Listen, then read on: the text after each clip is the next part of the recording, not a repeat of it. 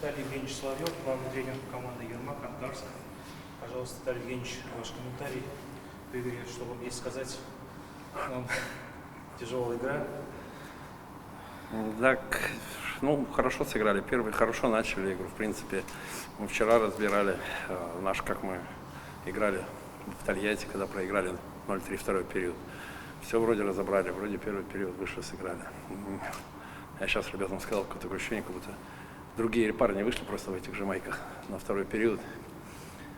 Пропускаем опять 3. Ну хорошо, ладно, забиваем в конце второго периода, уходим на перерыв. Ну, в третьем периоде, скажем так,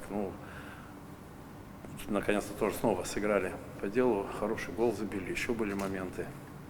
Ну, и у вас, вашей команды тоже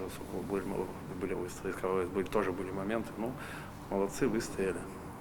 Говорю, что после Тольятти, когда мы так провалились снова, хотя все вроде разобрали, вроде да, и, так скажем, с первых смен начали опять отбрасываться. Немножко не поняли в третьем периоде, когда сил нет вроде, тогда понятно еще, но вроде в третьем периоде уже хватает сил и бежать вперед и выстоять. Ну, спасибо сопернику за хорошую игру. Ну, нам сегодня нужнее было. Спасибо большое. Спасибо. С победой, всего доброго, удачи.